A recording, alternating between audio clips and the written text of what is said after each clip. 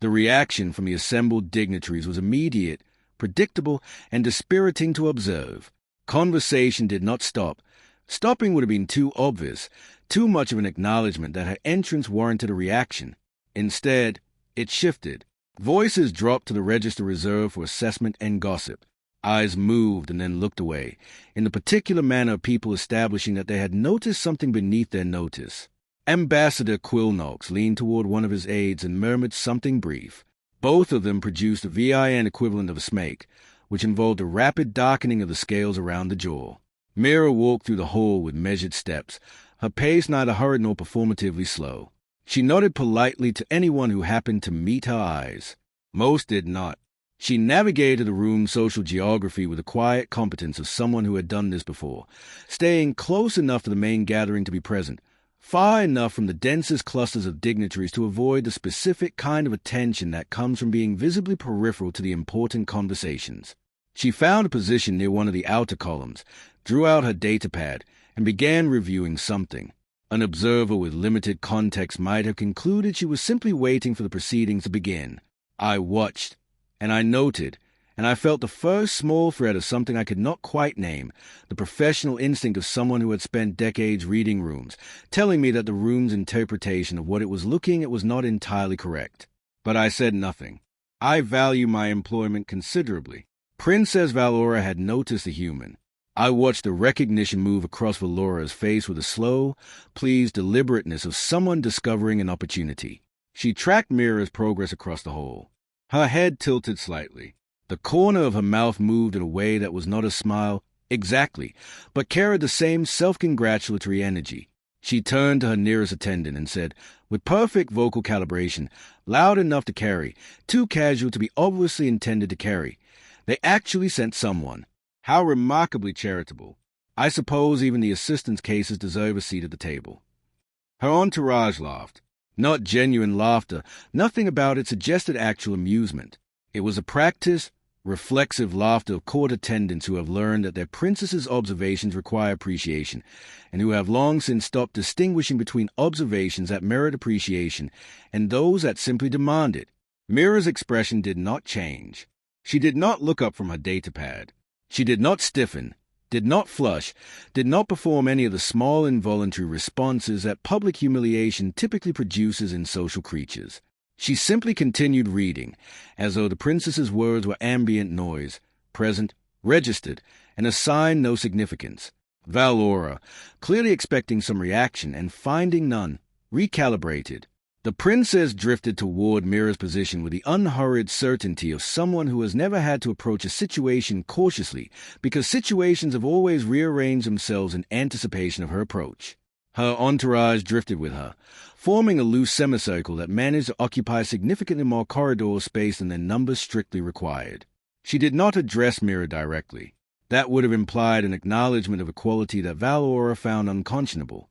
Instead, she spoke to her attendants while standing close enough to Meera that every word landed with perfect precision, like stones dropped from a calculated height. "I read somewhere that humans require 8 full hours of unconsciousness every single cycle just to maintain basic cognitive function," she said, in the tone of someone sharing a mildly diverting fact about a species of particularly unremarkable invertebrates. 8 hours. Can you imagine? A third of their entire existence simply gone. Spent in biological standby mode. It is a wonder they accomplish anything at all. One of her attendants made an appreciative sound. Another examined their claws with studied indifference, as though the observation was too obvious to require comment. Meera's jaw tightened.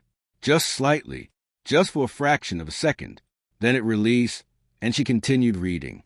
And the eating, Valora continued, warming to her subject with the enthusiasm of a lecturer who has found particularly receptive audience in herself.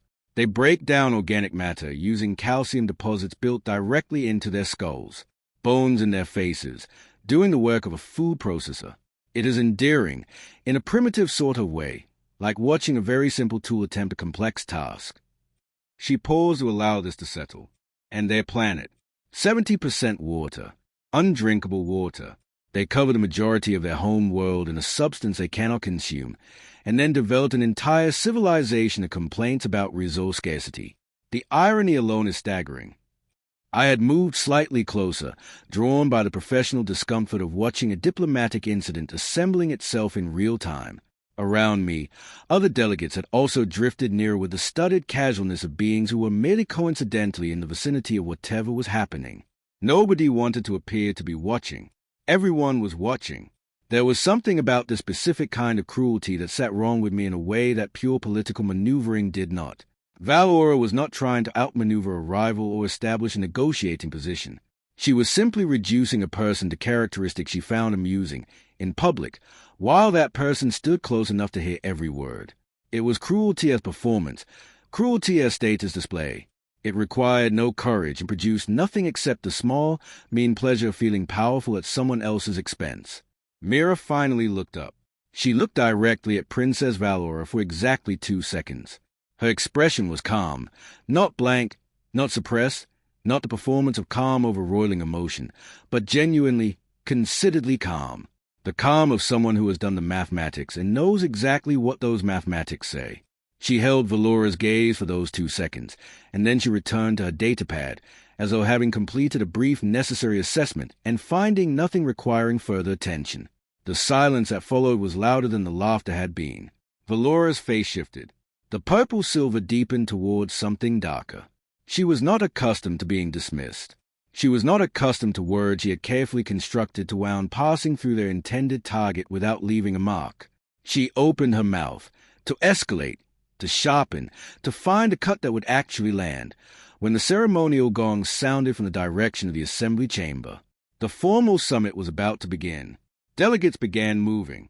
The current of the crowd pulled everyone toward the wide corridor leading to the assembly chamber, and for a moment I thought the incident was simply going to be absorbed into the rhythm of the day, another small, ugly scene in a long history of small, ugly scenes between the powerful and those they had decided were beneath them.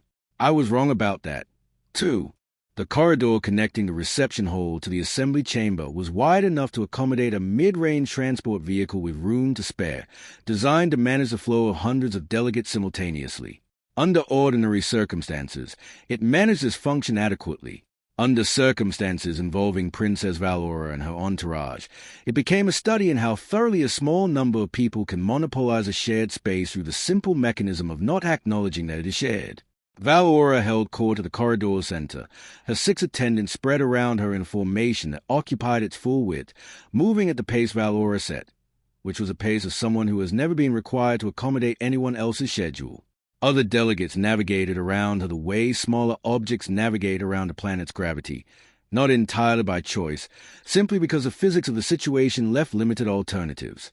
I was roughly 10 meters behind when it happened, close enough to see everything with complete clarity, far enough to be unable to do anything about it. Not that I had decided to try, because I have a deep and abiding commitment to the continuation of my career and therefore a deeply practiced ability to be exactly the wrong distance from any situation that might require involvement. Meera was walking along the corridor's right edge, maintaining the kind of deliberate peripheral position that telegraphed no territorial ambition whatsoever. She was reviewing her datapad. This was, I would later reflect, probably not her wisest choice, not because it was unreasonable to review documents while walking, but because it gave Valora an opening that someone with Valora's particular instincts was not going to leave unexploited. The princess changed direction without warning, without a glance, without any of the small signals that mobile beings typically use to indicate an impending change of trajectory. She simply turned, and her new heading put her directly into Meera's path.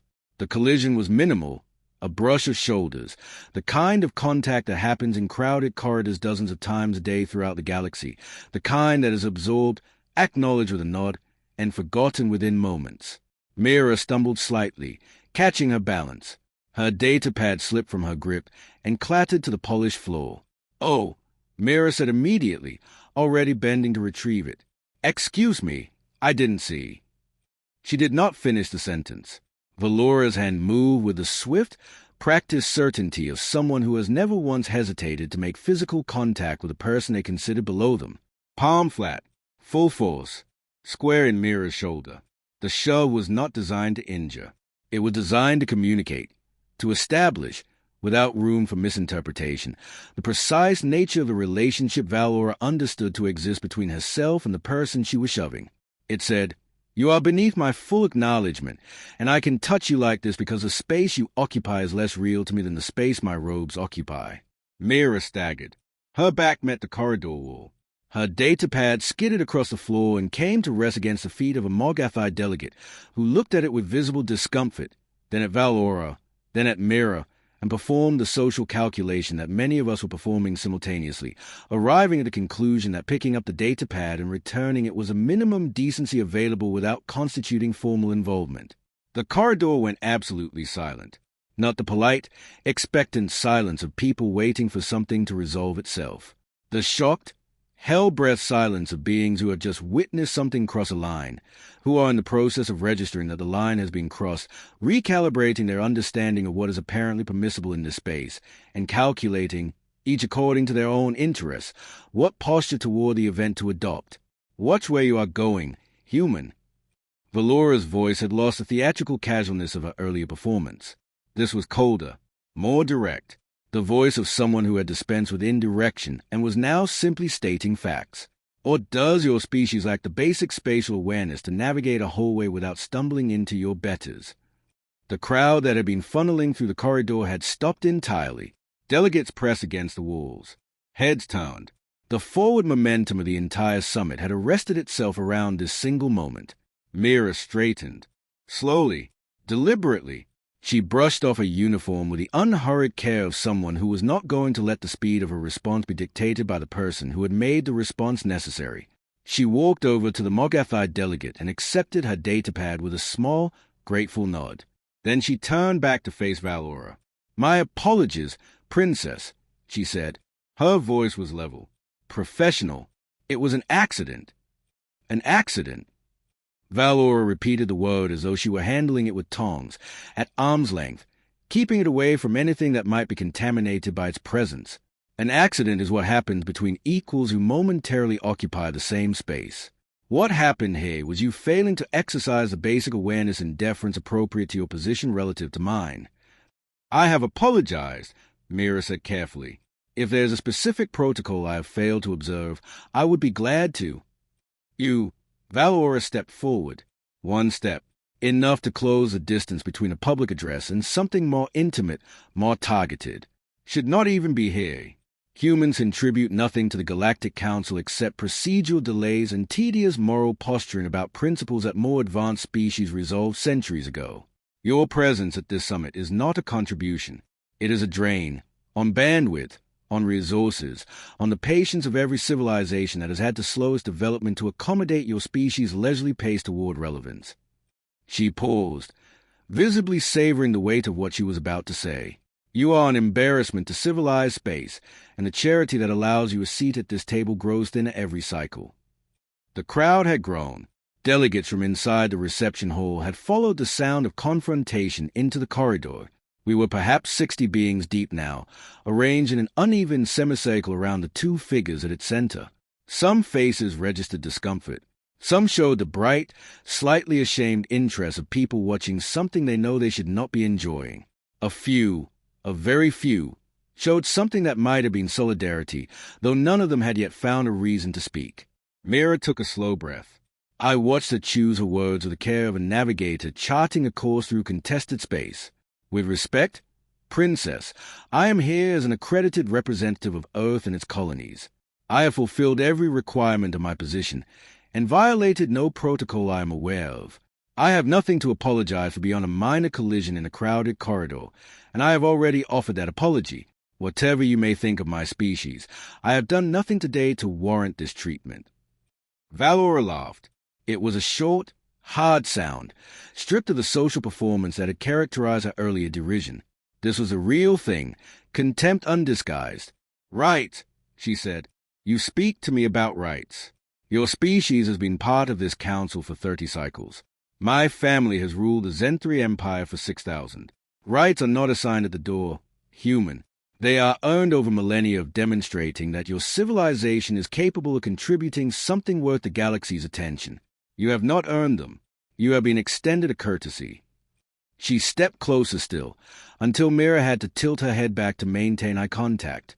"And courtesies can be withdrawn. Now, you are going to get on your knees." You are going to apologize properly and fully in front of every delegate in this corridor. And then you are going to petition my father for permission to remain at this summit, because I intend to recommend your delegation's expulsion for this insult." The silence that followed was the densest I had experienced in 73 cycles of attending diplomatic events. It was the silence of a room that has inhaled and is waiting to exhale. The silence of beings calculating whether what they were witnessing was something they were going to remember for a very long time. It was. Meera stood completely still. She met Valora's eyes, held them, did not look away, did not soften, did not search for an exit. And then she said one word. "No." Valora blinked. The word seemed to arrive in her processing as something foreign, requiring translation. "What did you say to me?" "I said no, princess." Meera's voice remained level, not defiant, not heated, simply clear. The voice of someone stating a position they have already thought through entirely. "I will not kneel. I have offered a sincere apology for an accidental collision. I will not debase myself or my species for an audience's entertainment. I represent Earth and its colonies in an official diplomatic capacity, and I will conduct myself accordingly." She paused, then added, quietly but with absolute clarity, "As will you, I should hope." Every being in that corridor was holding their breath. Valora's face had gone from purple-silver to a deep, furious violet. Her hands had moved to the kind of stillness that precedes sudden motion. Her attendants had stepped back slightly, not from loyalty but from the instinct of beings who recognize when a situation is about to become something they do not want to be adjacent to. And then, from somewhere behind the crowd, came a voice. Not loud, not commanding in volume, but carrying the particular weight of a voice that has never in its life needed volume to be obeyed. One word. Enough. I have encountered Emperor Theron of the Zenthari Empire exactly 4 times in my professional life. The first 2 were ceremonial. He appeared at such distance and with such quantities of pageantry between us that he might reasonably have been a very expensive holographic projection. The third was a receiving line in which I bowed so deeply and for so long that I briefly lost blood flow to my upper extremities and had to be discreetly steadied by a colleague. But none of those occasions prepared me for this one, because none of them involved standing 10 meters away from the Emperor 4 to 7 star systems as he walked through a crowd of frozen, silent delegates toward a confrontation that had, in the space of 30 minutes, become the most significant moment I had ever personally witnessed. Emperor Theron required no announcement. His presence was its own announcement, its own sufficient cause. Delegates pressed against the walls not because anyone instructed them to, but because the walls were simply where a reasonable being wanted to be when the Emperor of the Zenthari was moving through the same space. I found myself bowing before I had consciously decided to bow, my body executing the appropriate response while my mind was still catching up to what was happening. He was taller than his daughter by a meaningful margin, approximately 2.3 meters, with a kind of physical presence that is not about size alone but about how a being carries their size, how they relate to the space they occupy. His robes were simpler than Valora's by orders of magnitude, which made them somehow more impressive. He wore his authority with the naturalness of someone for whom authority is not a performance but a condition of existence, like gravity, present, constant, unremarkable to him because it had always been true. He walked to the center of the corridor and stopped. His eyes moved across the scene with the unhurried precision of a being who has assessed a great many situations and is accustomed to arriving at accurate conclusions about them. "What," he said, quietly, "is happening here?" Nobody spoke. Nobody wanted to be the first. Nobody wanted to be involved. We had all, in that moment, developed profound and sudden interest in becoming furniture. Nobody, that is, except Meera Chen. She stepped forward, performed a bow, precise, calibrated, exactly appropriate for her rank addressing his, and said, in a voice that was steady and clear and gave away nothing that was not relevant, "Your Imperial Majesty." There was a minor collision in the corridor. Princess Valora and I had a disagreement about the circumstances and appropriate response. It is nothing that should require your attention. The Emperor looked at her for a long moment. Then he looked at his daughter, Valora.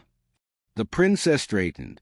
The fury had drained from her face, replaced by something I had not seen there before, the dawning recognition of someone realizing that a situation they believe they controlled has moved beyond their control, and that this movement has been witnessed by 60 diplomatic delegations.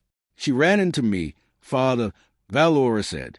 The confidence in her voice was present but thinner than before, stretched over something less certain underneath. She was not paying attention, and when I corrected her behavior, she was insolent. She refused to apologize appropriately. I see.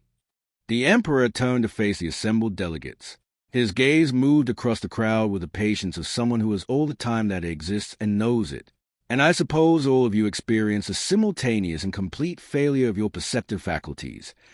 Uncomfortable sounds, nervous repositioning, the sound of several delegates discovering urgent personal reasons to be somewhere else, counteracted by the equal and opposing force of not wanting to move while the Emperor's attention was in the vicinity. Ambassador Quillnox. Theron's gaze settled on the VIN diplomat with the gentle finality of a targeted instrument. You were present. What did you observe? Quillnox looked, briefly, like a being in the process of departing his own scales. His iridescence flickered between colors in a rapid, involuntary display that communicated considerable internal distress. That is to say, Your Imperial Majesty, I witnessed only, from my particular vantage point, which was not optimal, the latter portion of the interaction. The latter portion in which my daughter did what precisely? A pause that lasted approximately a geological era. The princess made physical contact with a human representative, Your Majesty. Quillnox's scale settled reluctantly on a pale, committed color. It appeared to follow a collision that, from my vantage, may have been possibly mutual in causation. Physical contact, following a mutual collision. The Emperor turned to a Pliocene delegate. Do you concur? Yes, Your Imperial Majesty, the delegate said, with the expression of someone who had decided that honesty, while uncomfortable, was preferable to the alternative. That assessment is accurate. Was my daughter injured in this collision? No, Your Majesty. Was the human representative injured? No, Your Majesty. So. The Emperor was quiet for a moment. When he spoke again, his voice was not louder, but it had acquired a quality that made the air feel different, the quality of a statement that is also a verdict. My daughter initiated unprovoked physical violence against an accredited diplomatic representative over a minor collision in a shared corridor, in full view of the assembled delegates of the Galactic Council, during a summit held under the formal hospitality of the Zenthari Empire. He paused. Is there a version of what I had just described that I am missing? Father, she was disrespectful. Valora began. Silence. One word. Just one.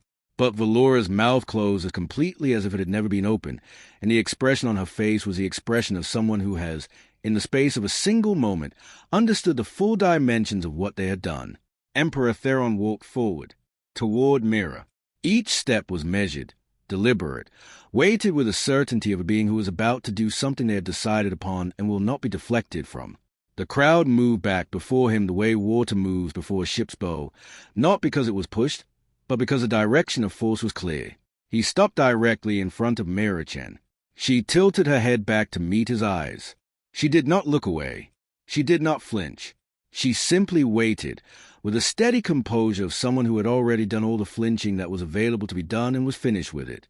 And then the Emperor of the Zenthari Empire, ruler of 4 to 7 star systems, descended from 6,000 years of unbroken imperial succession, a man before whom the galaxy's most powerful beings arranged themselves with elaborate deference, bowed.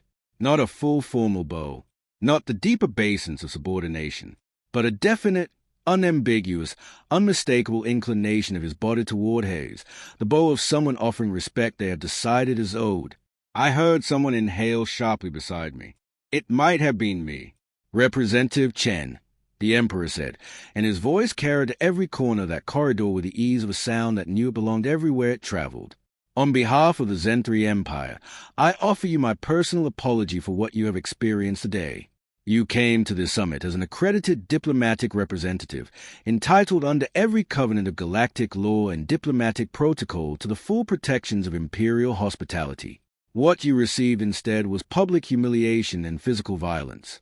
This is a violation I will not allow to pass without formal acknowledgement and full consequence. Your Majesty, Meera said quietly, that is not necessary. It is entirely necessary. Theron said, and his voice had the gentleness of someone issuing correction to a factual error. "And I am not finished." He turned slightly, so that his voice reached the full arc of assembled delegates. "What happened in this corridor is a symptom of a misunderstanding that I intend to correct. My daughter behaved as she did because she, like many of you, has been operating under a set of assumptions about the human species that are not merely wrong. They are dangerously, strategically, catastrophically wrong." He clasped his hands behind his back. "Let me tell you about the Battle of Chronos Gate." Emperor Theron began to walk, slowly, along the length of the corridor, and we turned as he moved, all of us, with a helpless instinctive tracking of beings drawn toward the source of something important. His voice was measured, unhurried, the voice of someone delivering a lecture to students who have not yet understood that they are students. 32 cycles ago, before the majority of you had any meaningful relationship with the human species, a situation developed in the Chronos sector. A species called the Veer had determined that they wished to expand their territorial holdings. They were formidable, exoskeletal plating that could absorb direct weapons fire, natural toxin production sufficient to neutralize most biological threats, and a fleet equipped with ordnance capable of destabilizing a planet's tectonic structure. By any standard military assessment, they were among the 5 most capable offensive species in this sector of the galaxy. He paused. "Let that weight settle." The Veer selected a target, a human mining colony on Chronos Gate Station. Small installation, approximately 200 residents, miners, engineers, support staff, their families. People who had come to an inhospitable rock in an unfashionable part of space to extract the elements that keep galactic civilization running, and who had built modest lives there in the process. The Veer expected straightforward conquest. They sent 3 warships. By their military doctrine, this was overkill. By any reasonable calculation, it was more than sufficient to reduce a civilian mining colony to compliance. I glanced at Meera. Her face was neutral, composed, and still. But something had shifted in her eyes, a quality of attention that was different from before, more interior, more personal. Recognition, perhaps, or memory. The humans sent 1 ship in response. The Emperor continued. A single destroyer-class vessel. The Veer were genuinely amused. They transmitted mocking communications to the approaching ship, asking whether Earth was experiencing financial difficulties, whether perhaps 1 ship was all they could spare, whether the humans understood that the Veer would be happy to accept their surrender before the shooting started, as a courtesy. He stopped walking and turned to face the assembled delegates fully. The ship was called the Tenacious. Its captain was a woman named Sandra Okafor. When the Veer refused her first request in negotiation, she requested again. When they refused her second request and demanded the colony's unconditional surrender, she requested a 3rd time. Captain Okafor asked them 3 times to withdraw peacefully. 3 times. With full knowledge of the disparity in numbers and the Veer's assessed capabilities, she asked them to choose a different path. The corridor was so quiet I could hear my own cardiovascular system performing its functions. They refused, all 3 times. And so Captain Sandra Okafor transmitted a message to the Veer fleet, a message they subsequently broadcast across their entire command network, presumably intending it as evidence of human naivety. She said, "You were warned. Remember that you were warned." He let those words exist in the air for a moment. What the Veer did not know, what nobody knew, because humans had ensured that nobody knew, was that for the previous 15 cycles, the human military had been engaged in a systematic, deliberate, and highly classified program of weapons development. They had looked at how the galaxy perceived them. They had assessed what assumptions that perception created. And they had made a strategic decision that I consider, in retrospect, to be one of the most brilliant pieces of military planning in this century. His voice dropped to something almost quiet. They decided to weaponize the assumption of their own weakness. Ambassador Quilnox had gone completely still. His scales had stopped moving entirely, which for VIN was the physiological equivalent of a dramatic breakdown. The Tenacious carried experimental railgun systems capable of accelerating projectiles to 27% of light speed. It carried precision-guided ordnance equipped with tracking algorithms sophisticated enough to follow a target through active solar weather. And it carried electronic warfare capabilities specifically engineered to neutralize the Veer's sensor and communication architecture. The Emperor's voice remained measured, factual, and somehow more devastating for it. The engagement lasted 11 minutes. At the end of those 11 minutes, all 3 Veer warships were disabled. Not destroyed, disabled. Their weapons systems were non-functional. Their propulsion was gone. Their life support was operating at minimal capacity. Their crews were alive, floating in space, entirely at a tenacious mercy. He resumed walking, slowly. Captain Okafor transmitted one final message to the Veer home world. She informed them that they had 48 hours to dispatch recovery vessels and remove their ships and personnel from the Chronos sector permanently, and that the consequences of declining this offer would be less gentle in the current situation. He paused. She called what she had just done gentle. Another pause. The Veer withdrew. They have not entered human-controlled space since. He stopped walking. Now, for those of you who are in the process of recalibrating your understanding of human military capability, and I can see from your faces that every single one of you is, I want you to understand something. The Tenacious was a mid-range vessel, not cutting-edge, not experimental, despite its weapons. A standard destroyer, the kind that Earth manufactures at scale and deploys in numbers. They have 17 more precisely like it. That figure does not include their carrier groups, their stealth fleet, or the classified development programs that my intelligence service has been aware for cycles and has strongly advised me to take seriously. The silence had taken on a different quality. It was no longer the silence of shock. It was a silence of minds working, rapidly, furiously, recalculating assumptions they had held as facts. But military capacity, Theron said, is only one dimension of what you have been misunderstanding. Let us discuss economics. He turned to face the assembled delegates fully, and his gaze moved across us with the patience of a teacher who is going to ensure that every student has understood before moving on. Human-controlled territories contain some of the most strategically significant natural resources in 3 sectors. Rare earth elements in concentrations that occur nowhere else in known space. Biological compounds that form the foundation of most modern medical intervention. And water, an extraordinary, almost inconceivable quantity of fresh water, which humans have spent centuries learning to manage, distribute, purify, and make available to populations that could not otherwise survive. Their agricultural systems currently sustain 17 non-human colonies. 17. Their medical research has produced cures for 9 previously terminal diseases affecting species that are not human. Their engineering principles are embedded in approximately 40% of all modern starship hull configurations. He looked at Valora for a brief, specific moment. Her expression had gone beyond pale, to something that resembled the look of someone standing at the edge of a very deep drop, finally understanding its depth. And then there is diplomacy, perhaps most relevant to the events of this afternoon. His voice softened fractionally. Humans are patient in negotiations in a way that most species cannot sustain. They will sit at a table for cycles. They will absorb insults, accept unfavorable interim terms, make concessions that appear to indicate weakness, and they will do all of this while simultaneously doing something else entirely. Building relationships, establishing trust, positioning themselves in every configuration of every future scenario so that when the moment arrives to act in their actual interests, they are exactly where they need to be. He paused. Do you know how many active galactic trade agreements list humans as a neutral third-party mediator? Nobody answered. 63. Do you know how many interspecies conflicts have been prevented by human diplomatic intervention in the last 20 cycles? Still nothing. 12. That we know of. He let that qualifier sit in the air like smoke. The Terran Compact, which my daughter violated this afternoon by subjecting Representative Chen to harassment, intimidation, and physical violence, exists because the Zenthari Empire, along with 11 other founding member civilizations, signed it 16 cycles ago. We signed it because Earth's legal representative spent 4 years explaining to us, with extensive documentation and infinite patience, exactly why the protections it enshrined were in our interest. They were right. We were not generous in offering those protections.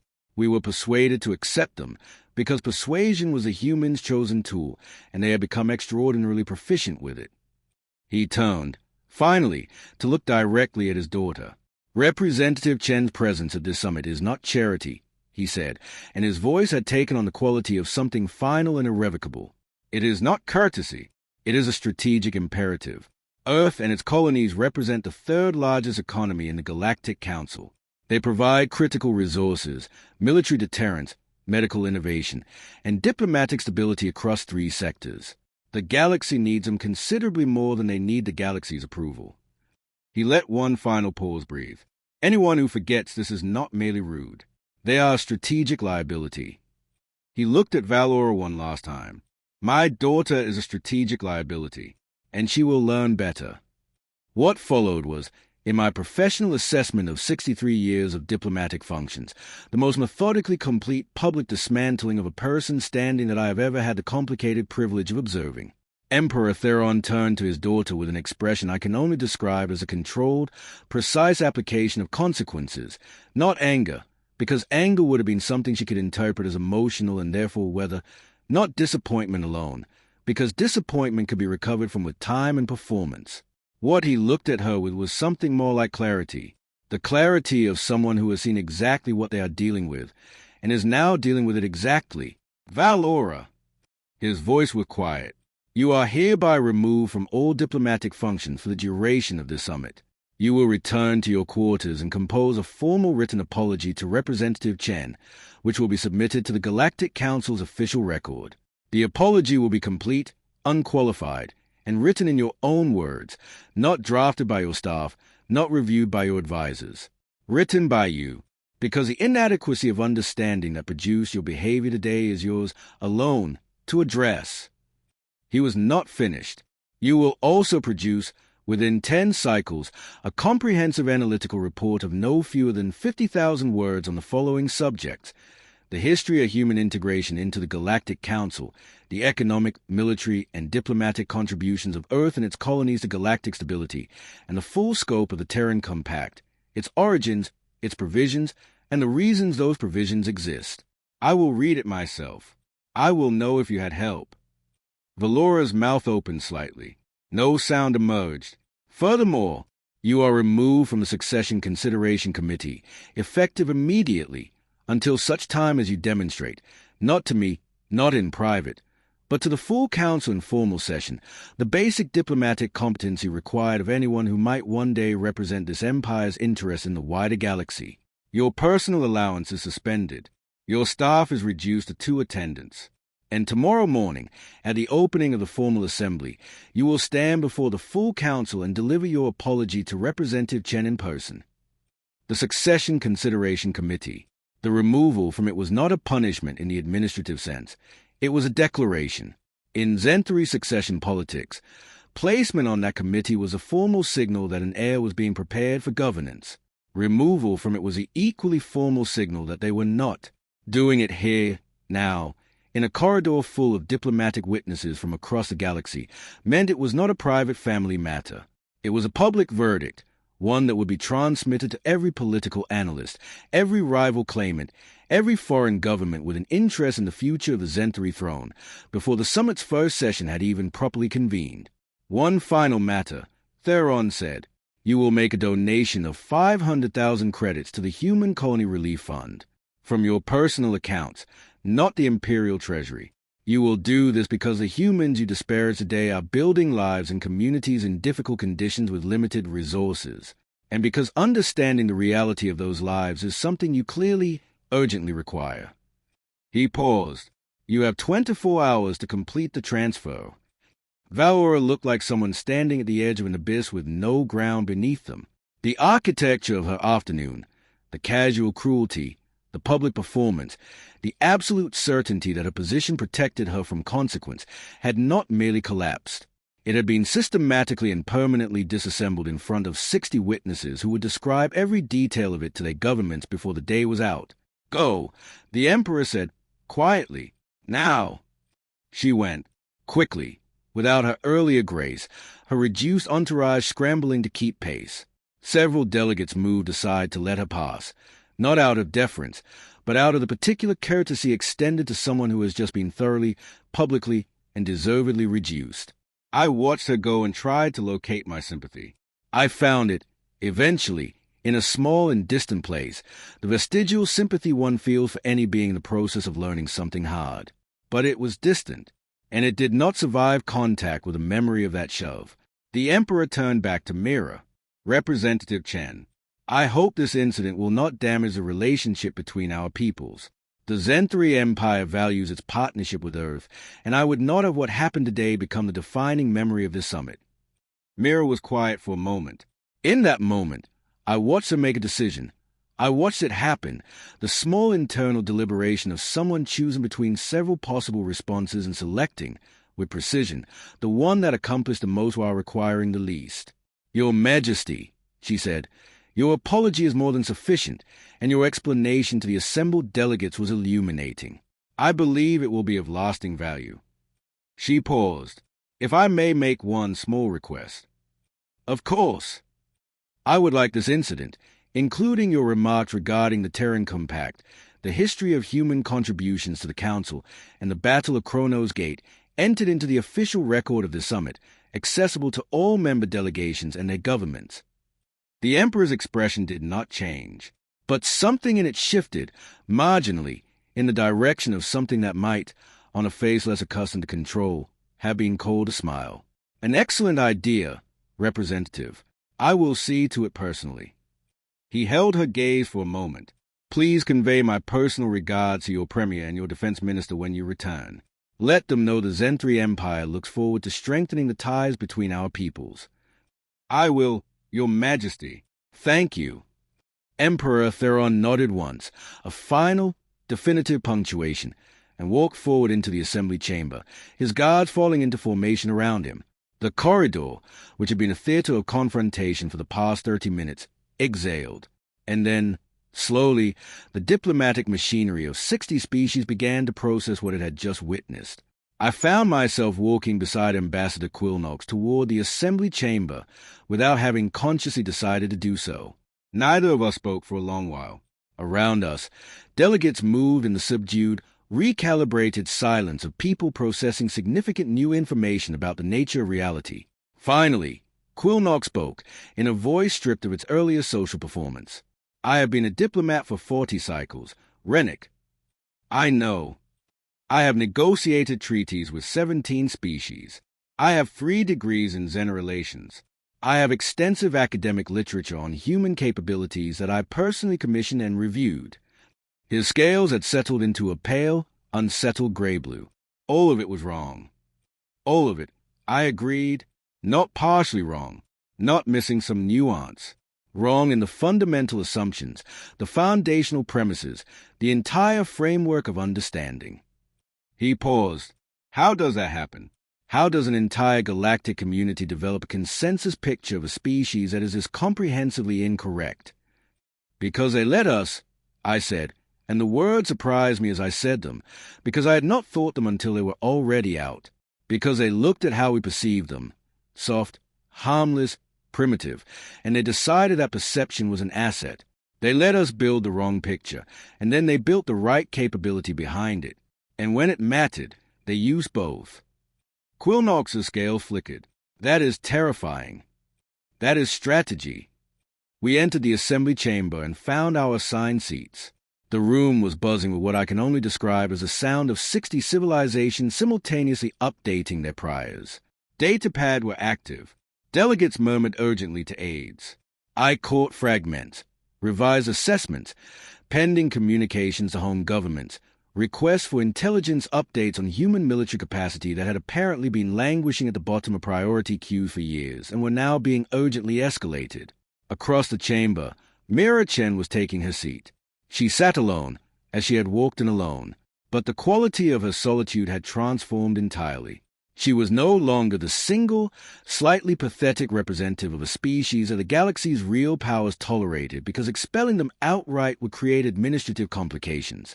She was a representative of a species whose economic weight, military sophistication, and diplomatic architecture the Emperor of the Zenthari Empire had personally and publicly just been required to explain to 60 assembled governments. The space around her seat no longer read as isolation. It read as the eye of a storm, a specific, intentional stillness at the center of a great deal of sudden, urgent motion. A Draxian delegate leaned over and spoke to her. The body language was unmistakably apologetic. Meera listened, nodded, responded with a warm, brief smile that gave away nothing and offered everything appropriate. The Draxian looked visibly relieved. Then a Pliocene representative approached. Then a Mogathite delegate, the same one who had handed back a datapad, their mandibles moving in careful, formal patterns suggesting extended courtesy. Then others, a steady stream of beings who had discovered, in the last hour, an urgent need to establish a cordial relationship with a representative from Earth. Meera received each of them with flawless professional grace. Friendly but not familiar. Warm but not intimate. Accessible but not desperate. She was doing the thing, I realized, that the Emperor had described, the patient, precise, relational worker positioning of building the web of connection and trust that would matter in every negotiation, every vote, every future moment when Earth needed something from the galaxy or the galaxy needed something from Earth. She had been doing it all along. We had simply not been watching the right way. The Zenthari observer drifted over to her section near the end of the pre-session proceedings. The exchange between them lasted several minutes, longer than any conversation I had seen the Zenthari engage in all day. At the end of it, the observer performed the Zenthari gesture of formal respect, which involved a specific orientation of the body and a slow, deliberate lowering of the upper section. I had worked in galactic diplomacy for 73 cycles and had never personally witnessed a Zenthari perform that gesture for anyone. She is going to be the most influential delegate at this summit. Quilnock said quietly beside me. She already is, I said. We just did not know it until today. Do you think she planned it?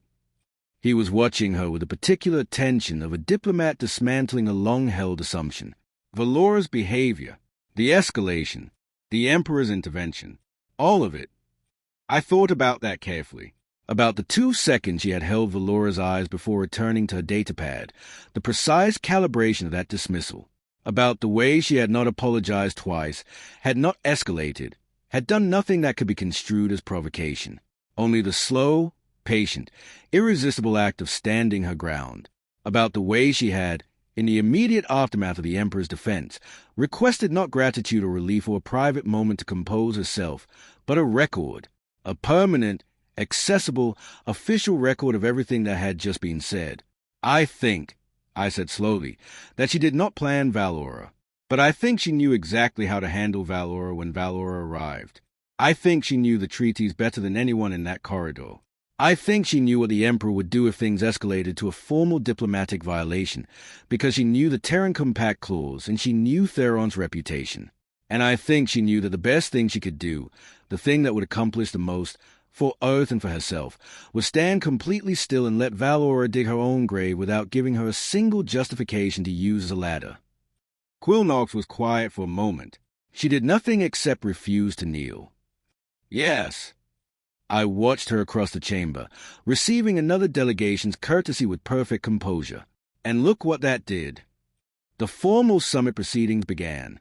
I opened my datapad to the compliance documentation I had brought, the trade agreement analyses and tariff review schedules that constituted my official reason for being here. I tried to focus on them. I managed to give them perhaps 15% of my attention. The rest was elsewhere. I watched Meera Chen take notes during the opening address with the focused attention of someone genuinely processing content rather than performing attention for an audience. I watched 3 more delegations send representatives to greet her during the first short recess. I watched the Mogathite delegation, all 4 of them, produce their species gesture of formal respect when she walked past their row. They had absolutely not done this when she entered the hall, which felt like a different lifetime and had been only 3 hours ago. I thought about 73 cycles of trade compliance work, about all the contracts I had reviewed and approved, all the negotiations I had observed from the margins, all the times I had made assumptions about a party's willingness to push back based on my assessment of their relative power, about how many times I had approved terms I had known, somewhere in the back corner of my professional judgment, were not entirely fair, not because I was cruel, because I had not been paying sufficient attention. Because I had looked at a species that appeared soft and concluded that soft meant weak, and I had never once thought to ask whether they might have chosen softness deliberately, might have understood something about the galaxy that harder species were too armored to learn. Just before the first extended recess, Meera stood and walked toward the chamber exit. Her path took her past the section where Valora's delegation had been seated. Empty now, a visible gap in the assembly where a princess had been and no longer was. Meera's steps did not falter or hurry. But as she passed that empty seat, She paused. For just a moment. She did not look at the seat. She did not look at the delegates in the surrounding rows who were watching her pause.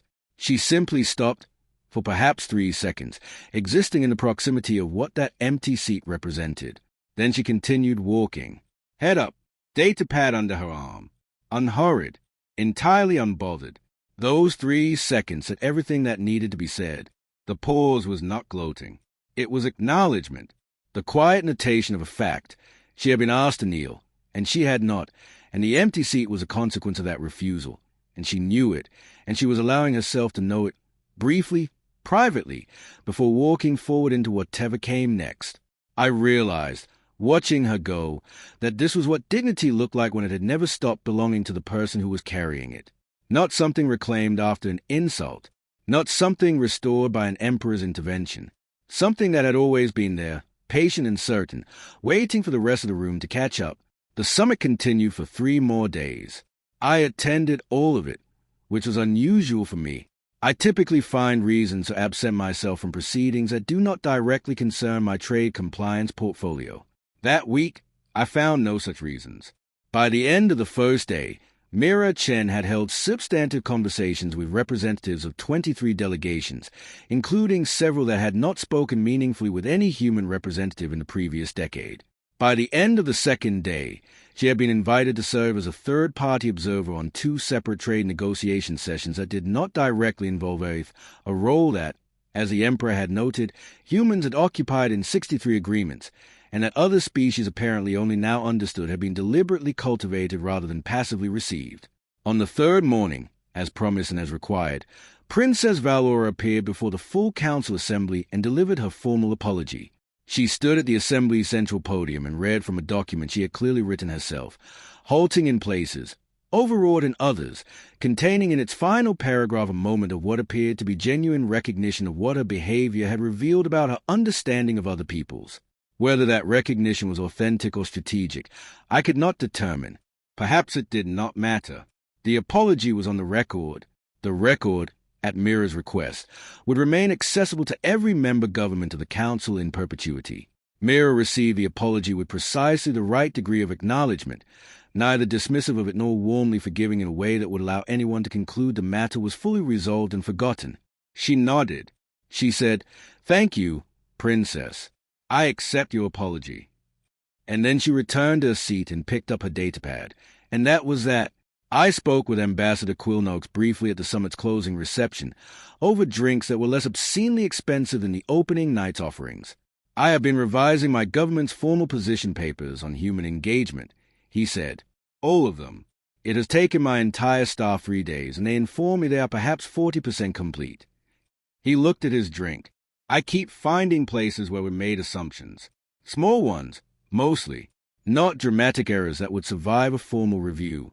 Just the accumulation of consistently underestimating a factor multiplied across decades of decisions."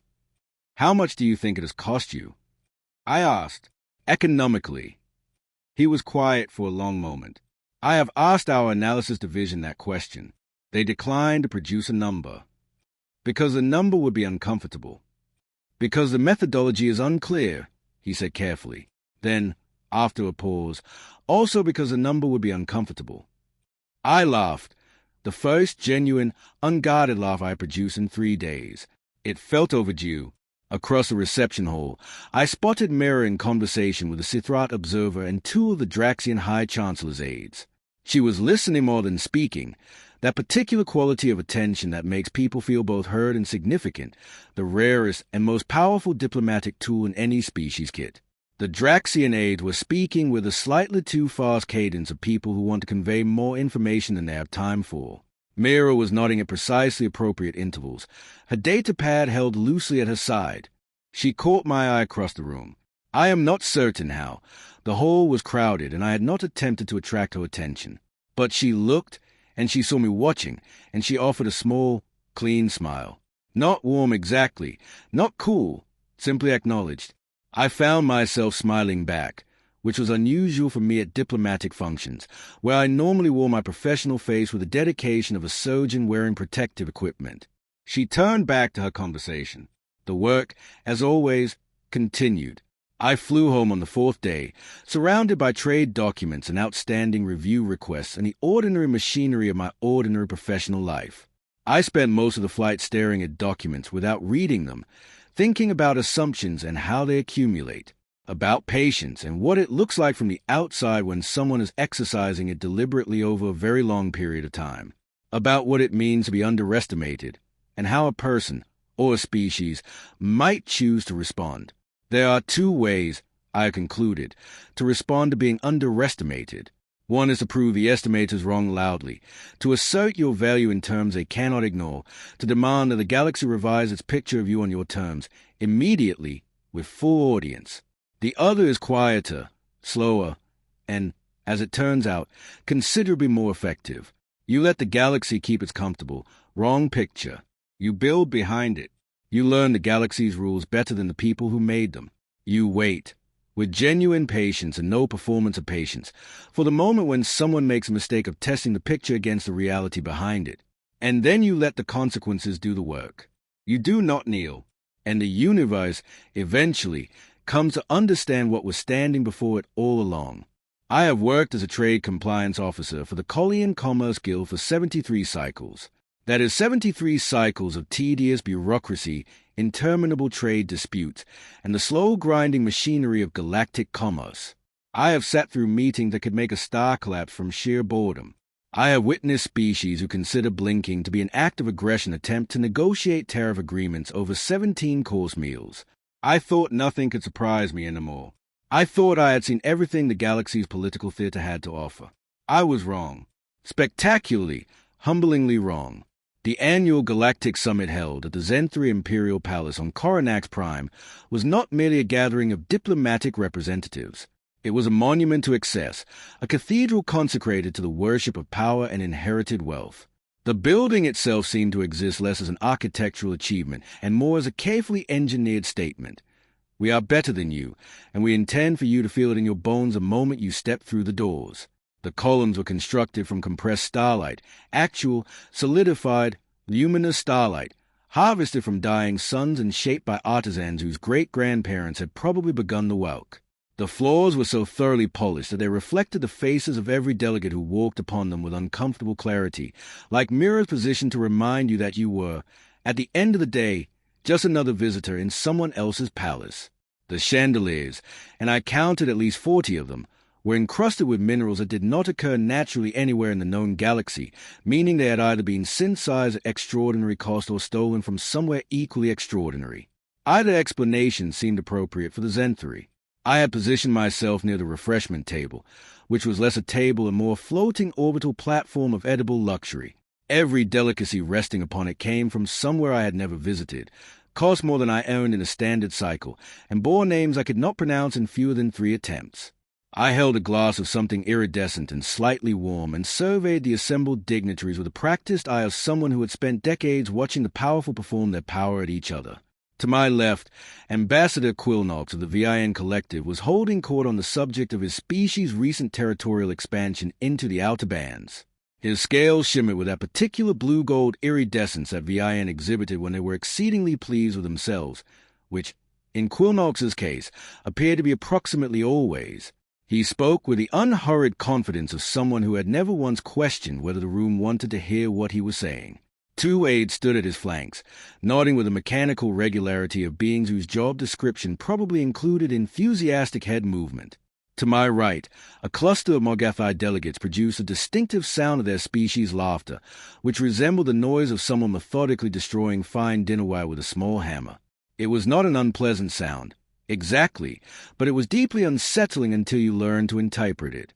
They were discussing something that evidently struck them as hilarious.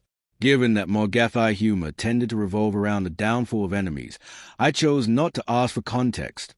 The entire whole was a living atlas of galactic influence. The Draxian Consortium had sent their High Chancellor, a being of such composed dignity that even standing still near refreshment tables seemed to constitute an official act. The Pliocene Union had dispatched 3 representatives, which initially struck me as excessive until I remembered that each of them represented a distinct faction, and uniting 2 factions of Pliocene without providing each equal standing was a diplomatic insult of nearly nuclear proportions. Even the reclusive Sithrat collective had sent an observer, a single pale figure who spent the majority of the reception hovering silently in a corner, which was less a metaphor than a physical reality, as the Sithrat had no legs and preferred altitude. And then there was Princess Valora. I heard her before I saw her properly. Not her voice, not yet, but the change in the room's energy. Conversations shifted half a degree. Bodies turned. Eyes tracked movement. Princess Valora of the Zenthari Empire did not so much enter a hall as she colonized it, sweeping through the assembled dignitaries with a serene certainty of celestial body whose gravitational pull was simply a fact of physics that others were expected to accommodate. She was extraordinary to look at. I will concede that much. Her skin carried the characteristic Zenthari shimmer, a living interplay of deep purple and silver that caught the compressed starlight from the columns and returned it differently, as though she absorbed illumination and redistributed it according to her own preferences. Her ceremonial robes were woven from materials I recognized only because I processed trade documentation for the Rare Substances Guild, and the sight of that much-regulated material draped casually around one person made my compliance instincts twitch painfully. She moved with 6 attendants arranged around her in a formation that simultaneously cleared her path and signaled that clearing her path was the appropriate response. Valora had a particular way of looking at people, or rather, looking through them. The way you look through a window, not at the glass but at whatever lies beyond it, with the glass itself reduced to a transparent obstacle. I had seen that expression on the faces of people who held the kind of power they had never been required to earn, only inherit, and I recognized it now with the weary familiarity of long acquaintance. What I did not understand, what none of us fully understood yet, was who else in that hall knew the room's language, and how fluently. The grand entrance doors opened with a theatrical hiss that the Zenthari had apparently decided was the appropriate sound for all significant arrivals, a pneumatic exhalation that suggested the building itself was sighing with anticipation. Several heads turned. Several did not. I turned mine, because I was near enough to the entrance that not turning would have required deliberate effort. She walked in alone. One human. A single representative, because that was what Earth had sent, or perhaps all they could afford to send, or perhaps, and this thought would occur to me much later, when I had reason to reassemble the afternoon's event with more charitable assumptions, because one was all that was needed. Her name, I would learn, was Meera Chen. She stood approximately 1.7 meters tall, which placed her well below the average height of every other species in the whole. She had dark hair drawn back in a clean, unfussy style. Her diplomatic uniform was standard issue, unadorned, the kind of clothing designed to convey official standing without asserting personal importance. Under one arm she carried a datapad, not the ceremonial kind that delegates sometimes carried as status symbols, but a working instrument, showing active documents. She looked like someone who had arrived to do a job.